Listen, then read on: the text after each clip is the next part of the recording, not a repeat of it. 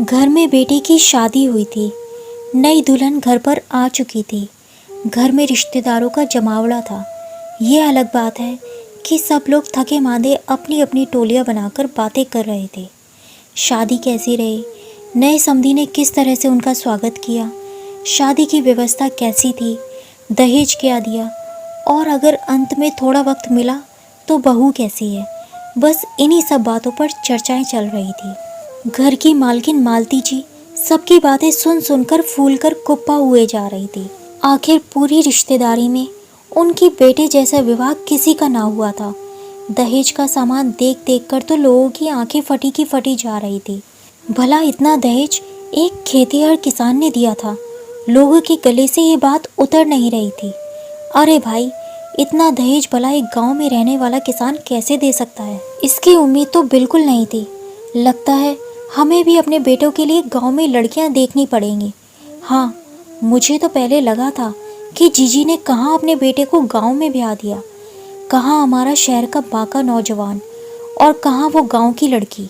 लेकिन देखो कितना दहेज मिला है।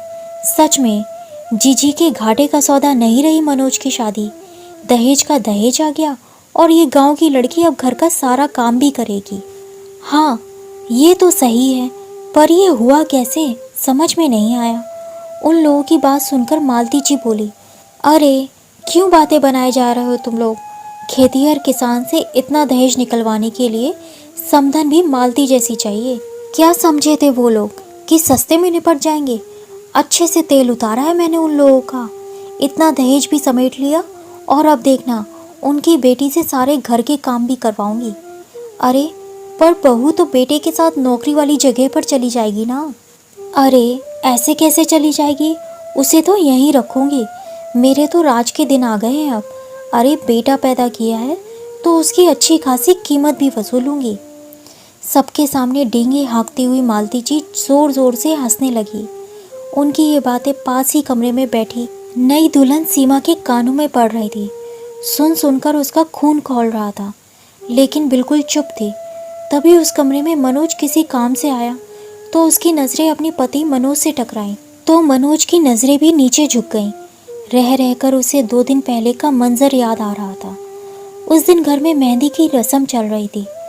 तभी उसके छोटे भाई रोहित ने आकर बताया कि उसकी होने वाली सास मालती जी मिलने आई हैं। अचानक शादी के 1 दिन पहले मालती जी का आना सबको परेशान कर रहा था। वो आई भी और आधे घंटे तक उसके बाबा और माँ के साथ एक कमरे में बातचीत करके चली भी गई। लेकिन उनके जाने के बाद बाबा और माँ परेशान ही दिखे। उसने पूछा भी, लेकिन दोनों ने कुछ बताया नहीं। बस इतना ही कहा, अरे बन्नो, तेरी शादी है, दुल्हन का चेहरा तो खिलना चाहिए। और वैसे भी समधन जी तो बारात के स्वागत के लिए कहने आई थी। आखिर उनका भी समाज में मान सम्मान है, तो चिंता बिल्कुल भी ना कर। उसके आगे उन्होंने कुछ नहीं कहा और सीमा भी बेफिक्र हो गई। लेकिन कल रात मालती जी भी बारात के साथ आई थी। बाबा ने बहुत अच्छे से बारात का स्वागत किया था। विवाह हो जाने के बाद किसी बात को लेकर मालती जी अड़ गई। पता चला कि मालती जी ने जितना कैश मांगा था उसमें कुछ रुपए कम थे। बस इसी बात को लेकर वो हंगामा कर रही थी। अरे आपसे मैंने कहा था कि मुझे कैश पूरा चाहिए, लेकिन इसमें 70,000 रुपये कम है। लेकिन समधन जी, आपके कहे अनुसार हमने सारा दहेज दिया है। यहाँ तक कि बारात का स्वागत भी आपके अनुसार ही हुआ है।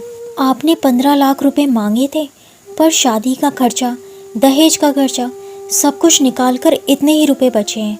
बाकी के 70,000 मैं आपको बाद में दे दूँगा, पर अभी तो आप विदाई करवाइए। बाबा लगभग गिड़गिड़ाते हुए बोले, अरे ऐसे कैसे विदाई करवा दूँ?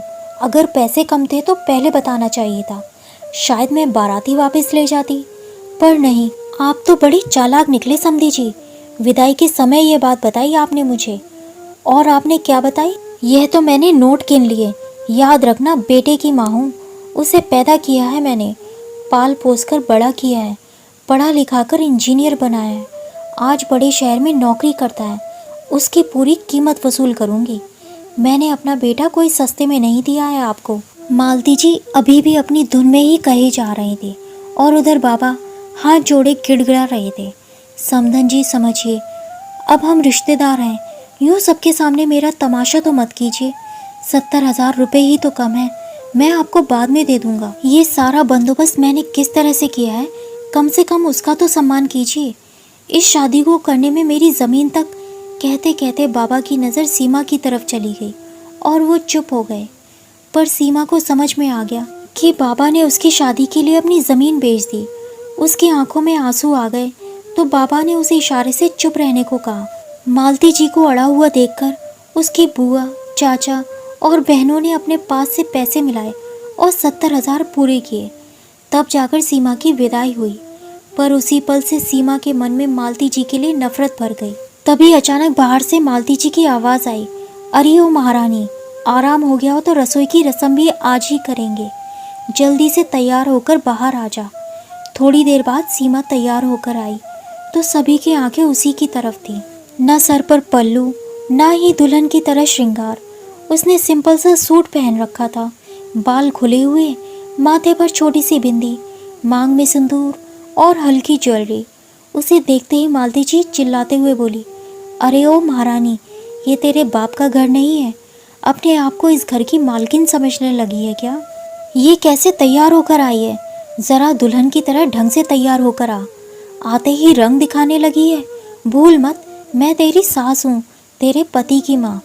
उनकी बात सुनकर सीमा उनके पास आई और उनके सामने सोफे पर बैठते हुए मनोज से बोली, सुनिए जी, मेरा इस घर में दम घुट रहा है, आप फटाफट यहाँ से चलने की तैयारी कीजिए। हम अपने घर को जाएंगे। वैसे भी मुझे इस बुढ़िया के साथ रहने में कोई इंटरेस्ट नहीं है। उसकी बात सुनकर सब लोग हैरानी से उसकी तरफ देखने लगे और मालती जी ने गुस्से में फुकारते हुए बोली, तेरी हिम्मत कैसे हुई मुझसे इस तरह बात करने की, और कहाँ जाने की बात कर रही है? जब मेरी इच्छा होगी तभी भेजूंगी, पर उससे पहले तो तुझे तमीज़ सिखानी है। भूल गई कि कल तेरा बाप किस तरह से गिड़गिड़ा रहा था मेरे सामने। मालती जी की बात सुनकर सीमा की आंखों में गुस्सा उतर आया और बोली, हमें सब कुछ अच्छे से याद है अम्मा जी, बहुत अच्छे से याद है, और ये बात हम जिंदगी भर नहीं भूलेंगे। पर आप शायद भूल रहे हैं कि मेरे पिता ने कल आपका बेटा खरीदा था और उसकी पूरी कीमत चुकाई थी। आपने कहा था ना कि बेटे की माँ हूँ, उसकी पूरी कीमत वसूल करूँगी। तो बस, हमने आपका बेटा खरीद लिया, अब उस पर आपका कोई हक नहीं है। भूल कर भी इसके पास नज़र आई तो देख लेना। देख लीजिए, अपने बेटे को आज जी भर के देख लीजिए, मैं तो लेकर जा रही हूँ उसे। अब इस पर सिर्फ मेरा हक है। मालती जी मनोज की तरफ देखकर बोली, अरे नालायक, कुछ बोल क्यों नहीं रहा है? ये तेरी बीवी पागल हो गई है, तेरी माँ को इतना कुछ सुना रही है। मनोज बोला, कल आप भी इसके माता पिता को बहुत कुछ सुना रही थी माँ। मैं तो कल भी कुछ नहीं बोला था, ना आज भी बोलूँगा। आपने मुझे पैदा किया, पाल पोस कर बड़ा किया, उसकी कीमत आप वसूल चुकी हो, फिर किस हक से आप ये बात बोल रही हो? यह सब बातें करते समय आपने एक बार भी मेरे बारे में नहीं सोचा।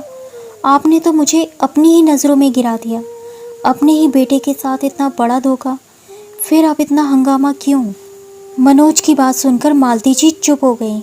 आंखों में आंसू लिए वो गिड़गिड़ाती रहीं, मुझे माफ़ कर दे बेटा, मुझसे गलती हो गई। पर ना ही सीमा और ना ही मनोज ने उन्हें माफ़ किया। आखिर कुछ देर बाद सीमा और मनोज अपना सामान पैक कर वहाँ से चलते बने और पीछे रह गई मालती जी अपने दहेज के सामान और बेटे की कीमत के साथ। दोस्तों, प्लीज़ मेरे चैनल को सब्सक्राइब कीजिए।